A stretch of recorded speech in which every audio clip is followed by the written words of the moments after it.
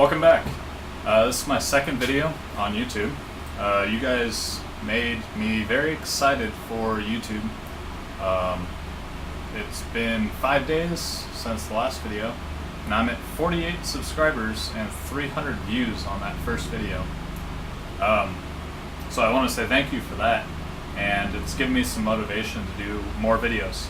I also noticed that I wasn't really talking very loud in the first video. It kind of wasn't as energetic, so standing, try to be a little more energetic and active with you guys, the viewers.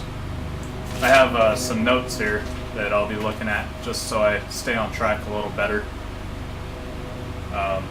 So as I stated in the first video, I'm going to have projects. One series of projects, one video, might take a week, shortened into one video. Then I'm going to have a project that gets dragged out amongst many videos because it'll be a bigger project. I have a project. So you see here, 770 has this arm and a flat surface. As you can see, flat surfaces are kind of enemies for me. They get filled with junk, miscellaneous stuff. You set something down and it never gets put away. I'm working on it, but for me, having one on the machine, a flat surface, is not good for me. You can see there's chips, you get scrap parts, tools, broken tools, just doesn't work. But the Tormach is a PC-based system. Most controllers are industrial-based. There'll be a panel on here. So there'll be a screen on a panel, a keyboard, so on and so forth. That is my project. Robbie Shari, I probably botched your name, sorry, or Oakwood Machine Works, has started one as well on the Tormach Operators Facebook page. Excuse me. There's also another person, can't remember who it was, that posted one a while ago that was pretty much complete. So, insight for you guys on that build. I am designing it still. I still don't know how to do screen captures. And I might not, because honestly my designing, the way I go around designing things might not be very friendly for learning, but I'll work on that. Let me know if you guys even care to see that stuff. There's already a lot of people doing fusion videos, and I don't know if I really have any tips or tricks there. It's kind of a wing it, and if it works, awesome. But for that build, I'm going to be using, I have the OEM Tormach enclosure. It's not an aftermarket, well, it says Tormach everywhere. It's their original enclosure. They have solid models of their enclosure. So I'm going to be modeling it off of the solid in hopes that it bolts right up. Now, if it doesn't bolt right up, that's fine, because the way I'm building it, I'm going to be using T-slot extrusion. Some of you call it 80-20. I call it aluminum T-slot extrusion.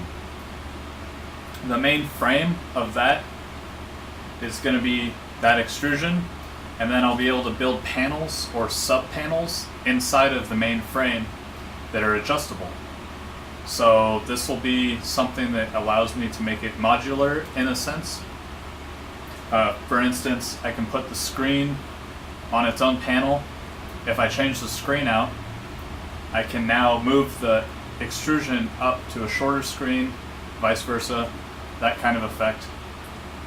I will also be able to do add-ons later, or options later. Add-on that I know I'm going to do later, but won't fit into this series of building the controller, is a cycle start, cycle stop, feed hold, and coolant. Those 4 things are really important for me.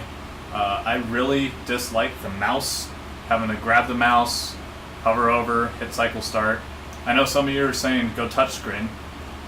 That's great, but it's still not a button per se. Touching the screen, you can't just feel, oh crap, there's the button. I like having a physical start and stop button. I come from a machining background. I work with industrial controllers all day long, and that's just what I prefer. So that'll be a later add-on though, because it has to be a keyboard emulation, or it uses the keystroke shortcut. So when you push the button, it tells it that you hit spacebar for feed hold, I believe. That type of thing. So that is the big project. I'm thinking 2 to 3 videos. I have some extrusion already ordered and on its way. I'm working on the design still, but like I said, I have the main frame figured out.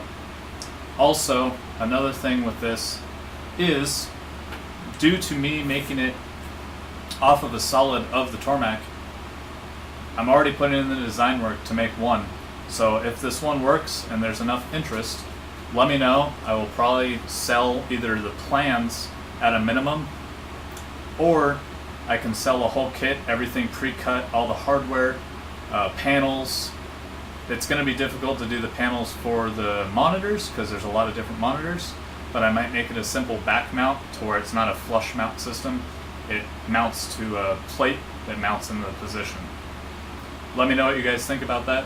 I know a lot of people want the controllers, but might not have the time or want to deal with having to make their own. So that's an option that I'm looking at. Also, in the last video, I made it very clear I am sponsored by Tormach CNC for the Skyfire mill.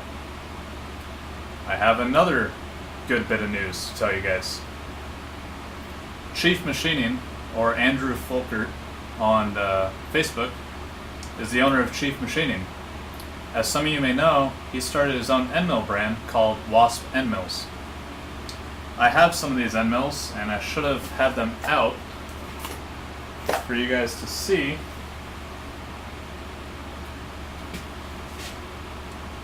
But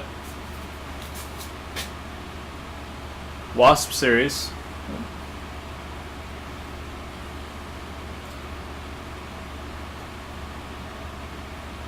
And he's doing metric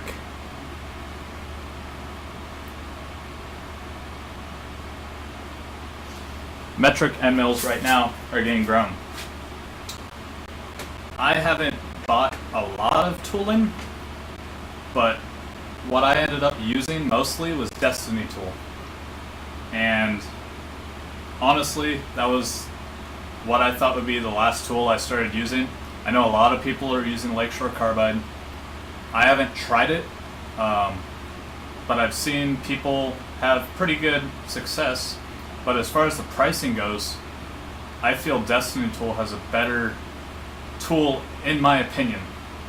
And I've been using Destiny tool for 1/8 inch and 1/4 inch for a long time. And then Andrew made some end mills, and I said, what the heck, I'll try them out. I ordered a bunch of them to try out, because if you order one, you'll break it doing something stupid. If you order 2, you'll never break them. Welcome to machining, that's the way it works. Ordered some, got them in, they sat on a shelf for a little bit, and then I finally had the time to use them on a job, because I had to quote the job, got awarded the job, so I was able to use new tooling. Tried his end mills out, and holy cow, they are, I hesitate to say equal to, I feel they're better than the Destiny tool. Yes, they're metric, but it's a CNC machine. As long as you tell it the right diameter, it doesn't matter. So, tried out the end mills, doing 2 thou per tooth, 2.5 thou per tooth, just hogging out a crazy amount of material with it, and it was amazing. So, because of that, I now have these end mills that he ground that are awesome and a really good price. So I asked him if he'd like to be a tooling sponsor for certain projects on this channel, and he agreed. So I am also being sponsored for tooling on certain projects, not necessarily all the time, but on certain projects I will be using all of his tooling, and only his tooling, on most of them. If I have another tool in there that's not his, I'll disclose it, but I'm going to try to use all Chief Machining end mills. He has chamfer cutters being made. He is working on the inch sizes. So I'm excited to tell you guys that. Also, if you guys are excited about this, I'm also an authorized distributor for his end mills as well. Excuse me. So, once the channel's rolling, if you guys like seeing the quality these end mills can do, or you just want to try some, I will be selling them on my website. I do not have it set up yet, but I am a distributor, and I will have a slight discount available at moments. His prices are already really competitive, so I don't want to undercut or step on any toes because he's helping me out.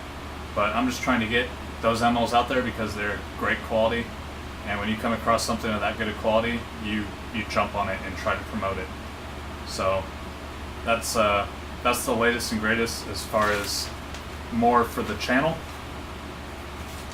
Also, I figured out how I'm going to do a comparison video for the machine. And when I say the machine, I mean the Skyfire and the Tormach. The Skyfire I'm getting is 440 sized. It's actually that size. But I am not going to compare it to that machine. I feel the 440 is not a fair comparison due to there's no reverse. There's no tool changer either. Yes, I could get a tool changer, but I'm not going to be doing that. I feel that the Skyfire SMV0 that I'm going to get will actually rival or be a better comparison to this 770 behind me. The reason I say that, yes, the 770 has more room to travel, but it has a tool changer. It has reverse. We're not going to tap any holes in this comparison, but for future references, it'll be easier to compare. My plans for the comparison are to make a widget, whether it be something like this, simple, shiny, something you can see a good surface finish on. We can do a part, just a no-name part, and I'll run it how I would run it on the 770 and get it dialed in, the program dialed in for the 770, and then make 0 changes except the post-process, but feeds, speeds, all the cuts will be exactly the same, and run it on the Skyfire.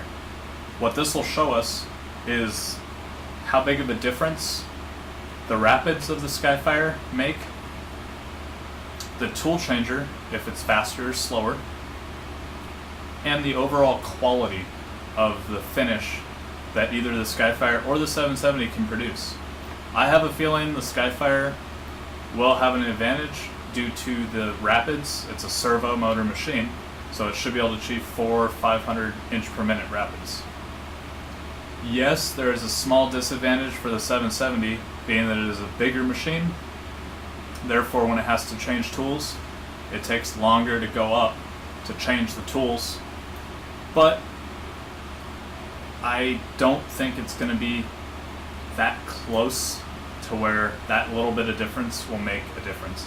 It's not going to be, it'll be a simple part, but it'll have a half-inch end mill, or maybe not. I've experienced some pull-out again today with my 770, but maybe quarter-inch facing, chamfer, and pockets, just to where we can see multiple tool changes, 2 or 3, preferably 3, and a lot of high-speed tool pass, just to where we can get a good visual of both machines.